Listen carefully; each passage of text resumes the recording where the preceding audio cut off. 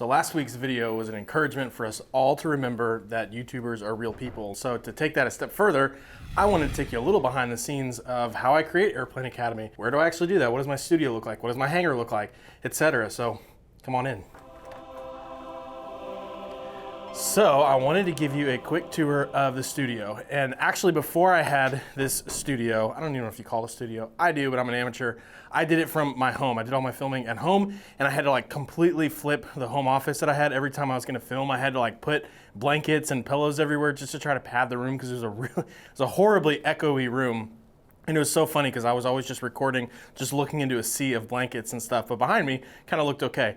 Ended up having a kid and then outgrew that office and then got a real office and not a home office here. And so this is what it looks like. So I've put a lot of work into this. Might not look like much. Also, excuse the little picnic table in here. I was gonna get a much nicer table and I thought, man, why am I gonna spend like $300 on like a $3 problem if I've already got that fixed and stuff. So no one ever sees this table until now, so that's why it's there. But this wall was definitely the most laborious part of this studio because all that is real wood, so I had to lay all of that by hand. My wife helped me. And what's kind of cool about this studio is that I obviously use it for Airplane Academy, but then I also use it for my day job, Boss Club. And the way that I do that is I've got a little Boss Club sign and I will just swap it out where the Cessna sign is. And then suddenly it's like, okay, cool. Now this is a Boss Club studio instead of it being an Airplane Academy studio. So I've got a whole lot of use out of it. Even though it's simple, it took a lot of thought to put together. One of my favorite parts are the audio panels here around the sides of the room. Those weren't cheap, but they've done such a good job of just like deadening this room. I think they look nice, and the company, I can't remember off the top of my head who it is. I'll put it down in the description. They've got some really cool options where you can even like send them artwork or photos or whatever, and they will print that onto it to where it looks like art, but it's actually sound treatment for the room. I just went with something neutral.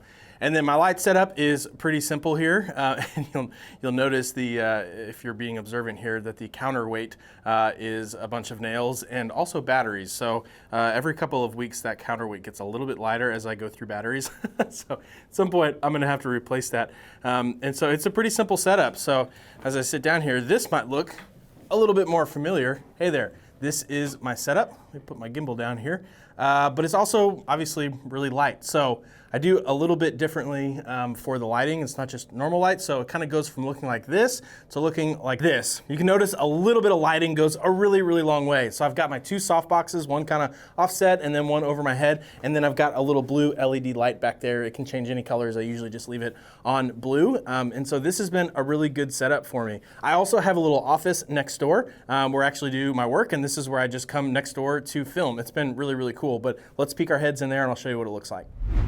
And then on this side is where I do all my working, and you can tell that it's very aviation themed. I've got 6 Delta Fox on the wall, and I've got my Wright Brothers panel and a map of the US so I can think of maybe where to fly one day and stuff, and then I've got pictures of my family, which matters most. So it's a pretty comfortable setup. And then as far as like editing all my videos, I go back and forth remotely with my editor, whose name is Dallas, conveniently. I live in Dallas, so it's hard to forget. He does an awesome job. We get to meet up for lunch from time to time, but he's been great to work with, and we do all of that over the web. But then last part, let's go over to the hangar. I'll show you what that looks like. It's a bit of a hike here in rush hour traffic, but we'll skip ahead. Welcome to the hangar. It's a humble little place. It was probably built like 75 years ago. It's so dusty. In fact, I actually wiped down the airplane, and even in the last like 10 minutes, I can see a small like film of dust already settling on the airplane.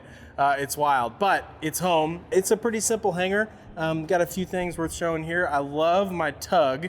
I did a separate video on the tug here from Power Tow. It wasn't cheap, but there's like a slight uphill incline back to this hangar, so when it's full of fuel, it's really, really tough to push. So I love that tug. I've just got a really simple setup for like cleaning supplies and just kind of your basics. I also set up a little experiment where I got like an igloo cooler and put a computer fan on it that was USB powered to try to be like a pseudo air conditioning, and it was a complete fail. Like it didn't work. Like you put ice in the bottom and then see how it goes and stuff, and that didn't work. And then I got a cooler, waters, and then beer for when you're done flying for the day. A lot of patriotism here, including Texas pride. And then just a couple things worth pointing out in the airplane. I've never really done like a panel tour of the aircraft here, and I won't do the long one here, but just kind of the abbreviated tour.